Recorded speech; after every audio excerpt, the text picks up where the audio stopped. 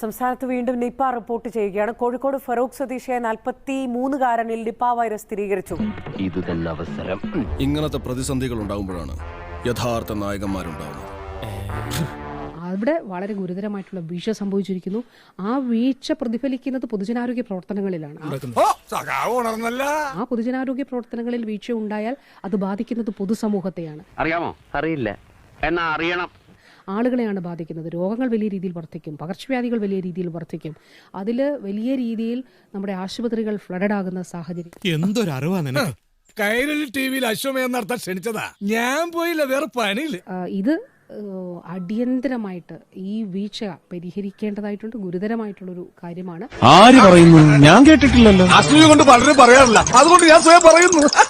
വെറുതെ ഇങ്ങനെ ഓരോ റൂമിലും കയറി വന്ന് നട്ടാ കുരുക്കഥ നുണകൾ പറയല ഇവന്റെ ഹോബി. ഇത് ശരി എന്തായിരുന്നു എന്നുള്ളത് കാലം തെളിയിക്കും. ശരി തെറ്റുകൾ കാലം തെളിയിക്കും. ഇത് വളരെ എവിഡന്റ് ആയിട്ടുള്ളൊരു കാര്യമല്ലേ. 10 വർഷം നീണ്ട പിണറായി സർക്കാർ ഭരണകാലത്ത് ആരോഗ്യമേഖല കണ്ടത് സമാനതകളില്ലാത്ത വീഴ്ചകൾ. സിസ്റ്റത്തെ പഴിച്ച് ആരോഗ്യമന്ത്രി വീണ ജോർജ് കൈ കഴുകുന്നതും പതിവ് കാഴ്ച. മെഡിക്കൽ കോളേജ് പോലെ ഒരു കെട്ടിടത്തിൽ, ഒരു സ്ഥാപനത്തിൽ ഒരു കെട്ടിടം തകർന്നു ഒരു സ്ത്രീ മരിച്ചിരിക്കുകയാണ്.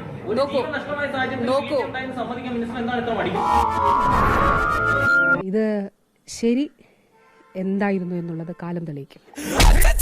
എന്താണിത്? ഇത് കൺട്രോൾഡ് ആണ്. എന്താണ് ഈ പ്രതിപക്ഷത്തിന് ഇത് വ്യാപിക്കാനാണോ അവർ ആഗ്രഹിക്കുന്നത്? അതിപ്പോ അങ്ങനെയൊന്നുമില്ല. പറയട നാട്ടുകാരോട്. 30 പേരെ പരിശോധിച്ച് 29 നെഗറ്റീവ്, പിന്നെ അവിടെ നിന്ന് ആക്കേണ്ട ആവശ്യം എന്താ? അതല്ല ഉദ്ദേശം. നേരെ മറിച്ച് മന്ത്രിയില്ല, ഇത് രോഗം വ്യാപിക്കുന്നത്, അങ്ങനെയൊക്കെയാണെങ്കിലേ കുറ്റപ്പെടുത്തുക. ഇത് ഒരാൾക്ക് പോലും, ഈ രോഗി ഒഴിച്ച് ബാക്കി ഒരാൾക്ക് പോലും സ്ഥിരീകരിച്ചിട്ടില്ല. ഇപ്പോഴും ടെസ്റ്റ് നടത്തുന്നുണ്ട്. ഇത് അടിയന്തരമായിട്ട് ഈ വീഴ്ച പരിഹരിക്കേണ്ടതായിട്ടുണ്ട്. ഗുരുതരമായിട്ടുള്ളൊരു കാര്യമാണ്. ആരായത് നിന്നോട് പറഞ്ഞത്? ആരും പറഞ്ഞല്ല, ഞാൻ ചുമ്മാ ഊഹിച്ചതാ.